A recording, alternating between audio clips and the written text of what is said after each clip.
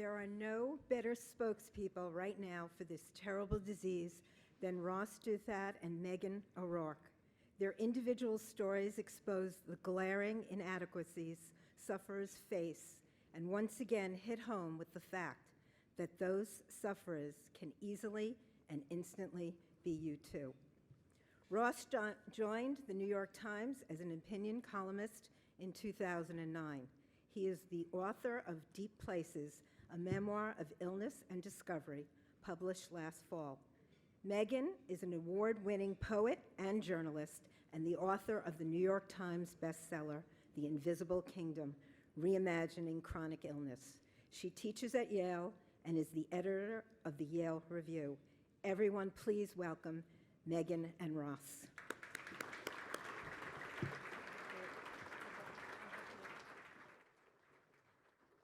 First of all, it's really wonderful to be here tonight for Project Lyme. This is incredibly meaningful to me personally as someone who lived with Lyme disease for 15 years before being diagnosed with it.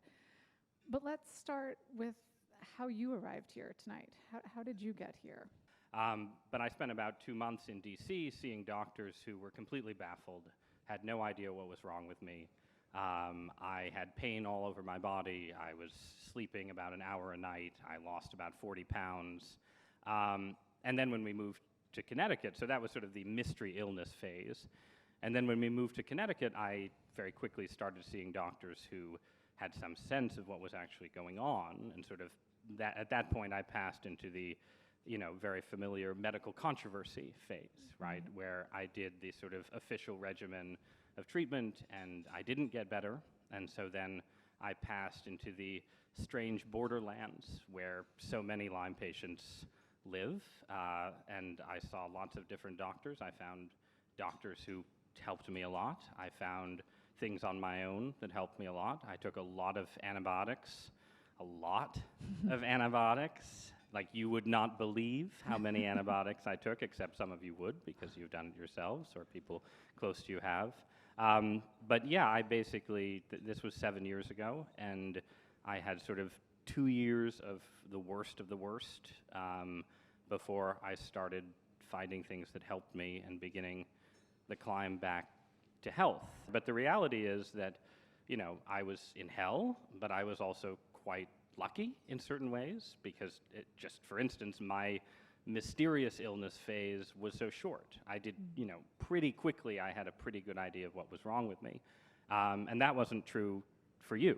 You had a much, much longer path to even having any idea.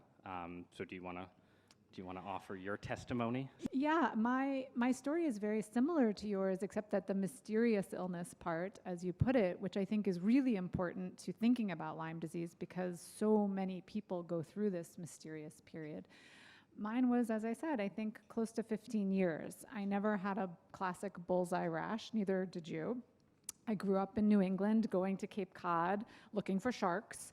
My mother was aware of Lyme disease and would pick ticks off us as kids, but the idea was always if you don't have a bullseye rash, you don't have Lyme disease in those days.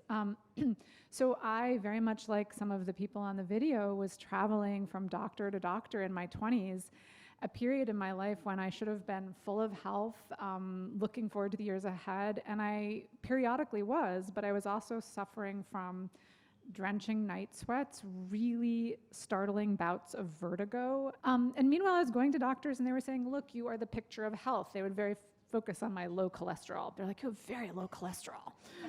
You're doing great. And meanwhile, like the gentleman who talked about cognitive problems, I was experiencing really intense cognitive problems. I was an editor at The New Yorker. I was a writer.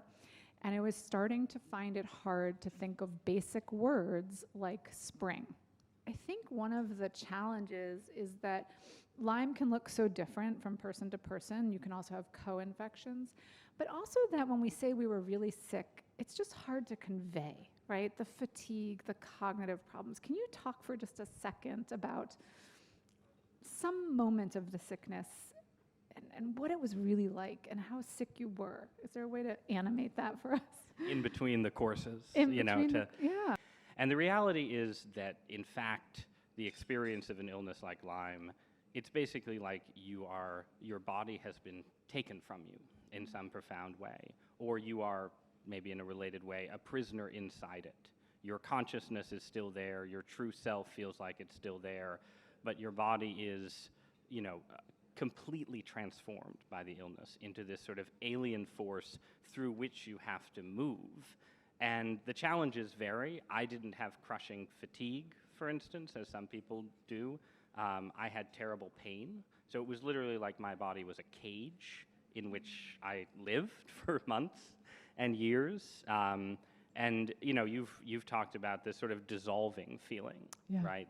That, it's like your body is sort of coming apart even as you move through the world, and obviously it's still there in physical form, but you don't feel like it is. When I think about, so I think there's real hope, and this room represents that hope. People in this room represent that possibility of hope. But I think we are going to have to probably make a pivot in how we think about disease and treatment, because I'm not sure that that one-size-fits-all treatment is coming. I hope that better tests are coming. I hope that prevention is coming. But in the meantime, for those of us who already live with illness, we are going to have to move to a more nuanced model of understanding that a lot of disease looks different in different people, and different people get bitten by different ticks with different co-infections and different, strains. I'm going to get into the science and get it wrong. But the point being, we really can, I think, change the discourse to help people understand in a broader way that the reason Lyme can look so different from person to person and is for all of these good scientific reasons, and that rather than discrediting people who are learning how to treat those of us who have it, we need to uplift them and celebrate them, study them, learn from them. That's my hope, I think, and that we reform medical education so that it can tolerate uncertainty a little bit better. Yeah. I think there's sort of a way in which Lyme can connect ideally to that sort of larger revolution in medical awareness too. Well, here's to visibility and to exiting the Stephen King novel and entering a different kind of story. And thanks again to Project Lyme for having us. Yes, thanks so much, you guys. Thanks for all you do.